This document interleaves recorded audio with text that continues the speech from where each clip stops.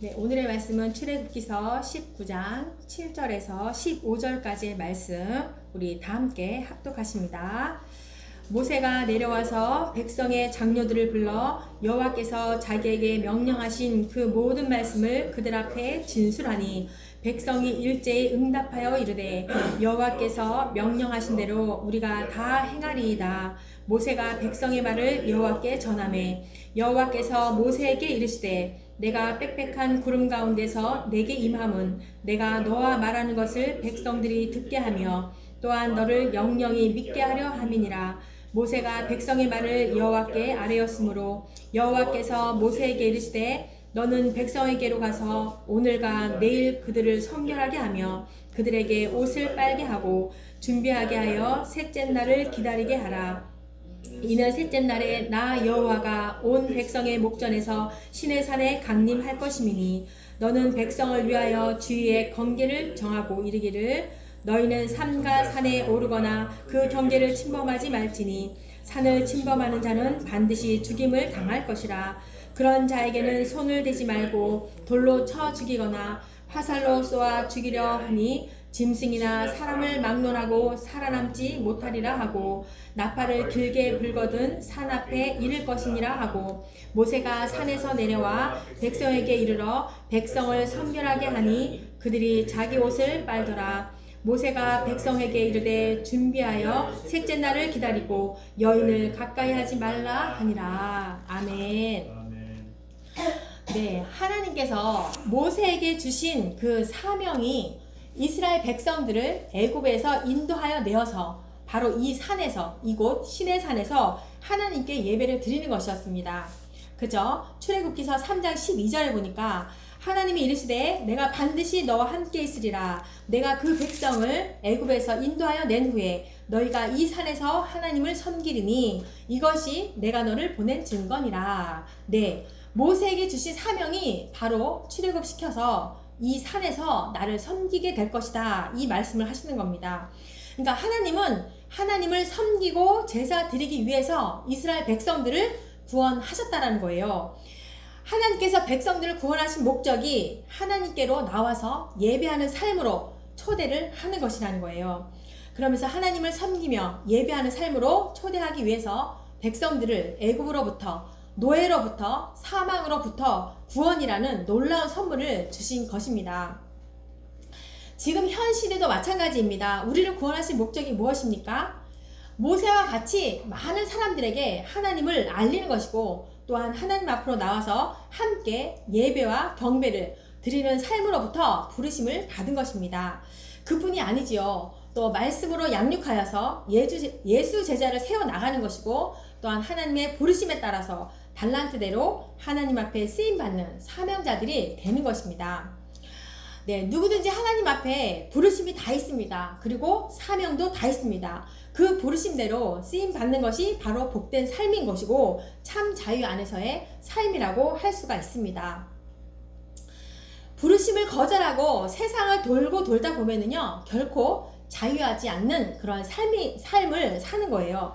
부르심을 거절하는 것은 마치 세상적으로는 자유한 것 같지만 절대로 그렇지 않음을 뒤늦게 깨닫고 돌아오는 사람들이 꽤 많습니다. 그렇죠? 그리고 또 성경 66권이 우리에게 오기까지 또 얼마나 많은 사람들의 그 순교자들의 그 피가 있었는지 모릅니다. 수없이 번역을 해가면서 알기 쉽게 또 모두가 하나님의 존재와 하나님의 그 사랑하심을 깨닫기 위해서 번역을 계속 반복합니다. 번역을 계속 반복을 합니다. 그러한 것 가운데 많은 자들의 그 순교자들의 피가 있었습니다. 그런데 지금은 어떠합니까? 너무나 쉽게 성경의 말씀이 사실은요 예전에는요 이 장과 절과 이런 게 표시가 없었어요. 우리가 너무 보기 좋잖아요. 오늘처럼 출애굽기서 19장 하면 딱 찾잖아요. 옛날에는 이 구분이 없었단 말이에요. 너무나 쉽게 이렇게 성경을 우리에게 왔음에도 불구하고 영적인 맹인과 영적인 귀머거리가 얼마나 또한 많습니까? 그죠? 물론 우리가 성경의 말씀은 이 하나님의 뜻을 단번에 우리가 발견하기란 쉽지 않습니다. 여러 번의 깊은 말씀 묵상을 하여야 하고 기도하여야 하고 또 성령님의 그 가르치심대로 또한 하나님을 사모함에 따라서 그 뜻을, 하나님의 뜻을 발견할 수가 있습니다. 네, 제가 한 며칠 절을 한번 보니까요, 그 6.3 그 선거를 앞두고 나라가 너무 걱정이 되어가지고 제가 유튜브를 보느라고 너무 정신이 없었습니다. 이제 사실은 이 나라의 중요한 갈림길에 있다 보니까 제가 안 볼 수도 없고 보면서 기도도 하고 그랬는데요. 보면서도 좀 더 우리가 하나님을 의지하는 삶으로 기도하는 삶이 되어야 되겠다. 그리고 부정이 없이 대선을 잘 마치고 정말 하나님이 세우시는 그 대통령이 선출이 되어서 다시 복음의 나라로 거듭날 수 있도록 기도를 해야겠다, 이런 생각을 했습니다. 네, 이렇게 이제 하나님께서 모세와 약속하신 대로 이제 이 백성들을 데리고 와서 이 시내산에 이르게 됩니다. 그래서 3개월이 되던 날에 시내 광야에 이르러서 그 산 앞에 장막을 칩니다. 그래서 이곳에 와서 이 백성들에게 그 예배를 하나님께서 예배를 받으시기 전에 하나님은 먼저 백성들과의 관계 회복을 위해서 모세를 통하여서 말씀을 하는 겁니다. 마치 이제 전쟁터에서 전령과 같은 그 역할을 모세가 하는 거죠. 네, 그곳에서 하나님은 모세에게 이렇게 말씀합니다. 야곱의 집과 이스라엘 자손들에게 이렇게 말하라. 내가 애굽에서 행했던 모든 일과 지금까지 오면서 홍해를 건너게 하였고 담불과 또 만나와 메추라기도 내가 먹여주었고 아멜렉 그 전쟁 가운데서도 승리로 인도하신 여호와 나를 보았지 않았느냐. 그러니 내 말을 잘 듣고 내 언약을 지키면 모든 민족 중에서 내 소유가 되겠고 너희가 제사장 나라가 되고 거룩한 백성이 될 것이라. 너는 이 말을 이스라엘 자손들에게 전하라. 이렇게 말씀하십니다. 그래서 이제 모세가 산에서 내려와서 백성들의 대표인 그 장로들에게 하나님의 말씀을 전합니다. 그 말씀을 들은 모든 백성들이 일제히 감동을 해가지고 여호와의 명령에 우리가 다 행하겠습니다, 이렇게 말을 하는 겁니다. 그쵸? 하나님께서 지금까지 인도하심을 봤어요. 그리고 역사하심을 다 경험을 했어요. 그러니 하나님 말씀을 거부할 수 없어서 여호와께서 명령하신 대로 우리가 다 행하겠습니다, 이렇게 백성들이 받아들인 것입니다. 그런데 어떠합니까? 출애굽하면서도 조금만 어려움을 당하면요, 이스라엘 백성들은 원망을 하고 불평을 했습니다. 지금도 그렇지만 그 이후도 또 나옵니다. 여러 번 하나님을 불평하고 또 모세를 불평하는 그런 모습들을 보게 됩니다. 이런 것을 보면서 우리가 항상 처음 마음처럼 바른 판단을 하기보다는 일어나는 그 현상을 따라서 그 현상을 보면서 잘못된 판단으로 우리가 휩쓸릴 수도 있겠구나라는 것을 보게 됩니다. 지금 우리나라 현재 그 정치 상황도 그렇지 않습니까? 정말 안타깝고 제가 어떻게 할 수는 없지만 답답한 심정입니다. 우리의 현재 생활도 마찬가지예요. 사람은 얼마든지 변할 수 있는 존재라는 것을 우리가 다시 한번 느끼면서 처음에 생각한 대로 전능하신 오직 여호와 하나님만을 의지하면서 기도할 수밖에 없겠구나, 이렇게 생각을 하고 또한 우리가 경험을 하게 됩니다. 정말 하나님의 은혜 없이는요, 우리 인생 가운데 하나님의 간섭이 없이는 우리는 바른 판단과 은혜 길로 나아갈 수가 없습니다. 우리의 인생에도 얼마나 많은 일들이 있었습니까? 그쵸? 저에게도 있었고 여러분에게도 많은 일들이 있었을 거예요. 그럴 때마다 하나님의 간섭이 없었다면 우리는 지금 이 자리에 와서 예배 드릴 수도 없었을 것입니다. 저 역시도 마찬가지고 제 인생에서요, 하나님의 그 간섭이 없었더라면 저도 역시 이 자리에 있지 못했을 것입니다. 그래서 우리는 하나님의 사람이라면 항상 분별의 영을 주십시오, 이렇게 구하시고 언제나 하나님의 섭리를 인정하며 바른 분별하에 은혜 길로 나아갈 수 있기를 소망합니다. 네, 하나님은 구름 가운데 임재를 하십니다. 구름이라는 것은 하나님의 영광과 임재를 상징하는데요. 다시 하나님은 모세에게 이렇게 말을 합니다. 내가 빽빽한 구름 가운데서 내게 임함은 내가 너와 말하는 것을 백성들이 듣게 하며 또한 너를 영영히 믿게 하려 함이니라.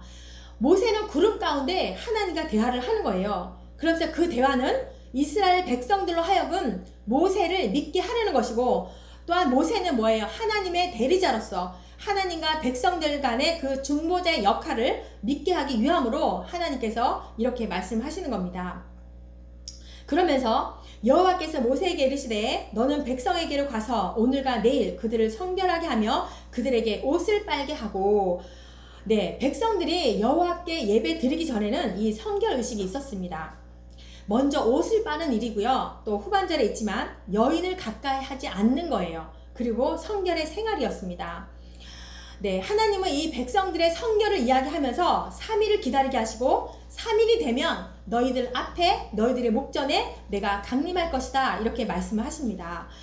준비하게 하여 셋째 날을 기다리게 하라. 이는 셋째 날에 나 여호와가 온 백성의 목전에서 신의 산에 강림할 것이니. 우리 인간들은요 이 죄악 가운데 살기 때문에 하나님을 만나기 위해서는 성결의 준비 기간이 필요했습니다. 그러니까 이 성결의 기간을 주심에도 우리는 감사함으로 스스로 성결을 예비하고 하나님께 나아가서 예배하는 것입니다. 지금은 어떠합니까? 주일에 그 예배를 드리기 위해서 모든 날들을 감사함으로 성결의 삶을 살아가십니까? 매일 매순간 우리가 예배의 삶을 또한 살아가고 있습니까? 우리는요 이 모양 저 모양으로 매일의 삶을 예배의 삶을 살아가고 있는 것입니다. 형식적인 그러한 예배가 아니라 내가 가는 곳곳마다 만나는 곳곳마다 나 자신이 바로 예배의 삶을 살아가는 것입니다. 그러면서 하나님은 이 율법을 부여받은 이 신의 산에 그 사면을 정하여서 백성들은 물론이고 짐승까지도 그 경계를 정하십니다. 너는 백성을 위하여 주위의 경계를 정하고 이르기를 너희는 산과 산에 오르거나 그 경계를 침범하지 말지니 산을 침범하는 자는 반드시 죽임을 당할 것이라. 네, 이렇게 하나님께서 성역을 정하신 것은 하나님께서 임재하는 곳은 바로 거룩한 처소이기 때문에 구별하신 거예요. 그래서 오늘날 하나님께서 우리 예배를 드리기 위해서 교회를 향해서도 마찬가지로 거룩하게 구별되기를 명하시고 있습니다. 주의 성전을 구별하고 거룩하게 표현하는 것은 바로 성도들의 당연한 도리일 것입니다. 그래서 하나님께서 이 지경을 정하여서 산을 침범하는 자에게는 손을 대어서 죽이지 말고 돌로 쳐 죽이거나 화살을 쏘아 죽일 것을 명하십니다. 그러니까 범법자에게 우리가 손을 대면 부정을 하게 될 것을 피하기 위함인 거죠. 그래서 이러한 말씀을 통하여서 우리는 하나님을 경외하고 그분의 거룩하심을 알고 말씀하신 대로 절대적으로 순종하며 살아가야 됨을 우리가 또한 배우게 되는 것입니다. 하나님께서 임재하는 곳은 바로 거룩한 처소입니다. 그래서 이제 신약에 와서는 성도의 몸을 바로 성령의 전이라고 이렇게 말씀을 하고 있습니다. 고린도전서 6장 19절에서 20절입니다. 너희 몸은 너희가 하나님께로부터 받은 바 너희 가운데 계신 성령의 전인 줄을 알지 못하느냐. 너희는 너희 자신의 것이 아니라 값으로 산 것이 되었으니 그런즉 너희 몸으로 하나님께 영광을 돌리라. 네, 오늘날에도 하나님께서는 우리에게 성결을 요구하고 있습니다. 그러니까 그리스도인들은 바로 자신의 생활 처소에서 거룩히 구별을 하셔야 되고 자신의 몸을 구별된 생활로 정결케 해야 할 것입니다. 그것이 바로 하나님께 대한 예배의식의 첫 번째라고 할 수가 있지요. 그렇다면 우리는 얼마나 내 주변의 생활 영역에서 거룩히 구별하면서 살아가고 있습니까? 우리의 마음과 정신이 또한 구별된 생활로 정결케 하며 살아가고 있습니까?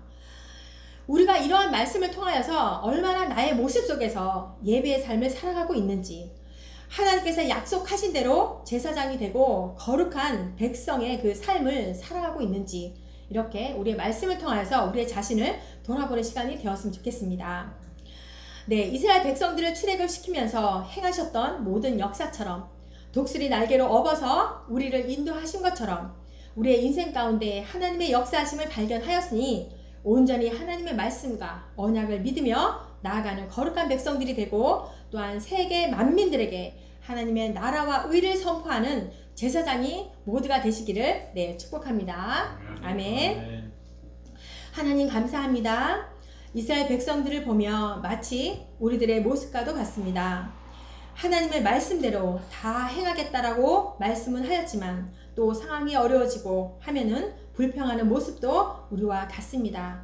상황이 바뀔지라도 또한 변하지 않을지라도 그럼에도 불구하고 우리에게 약속하시고 약속대로 이루시는 하나님을 온전히 신뢰하며 나아가기를 원합니다. 우리를 영원토록 붙잡아 주시고 모든 삶 가운데 거룩한 백성들이 되어서 주 안에서 온전한 예배의 삶을 살아가는 저희들이 되게 하여 주옵소서. 감사합니다. 예수님의 이름으로 기도합니다. 아멘.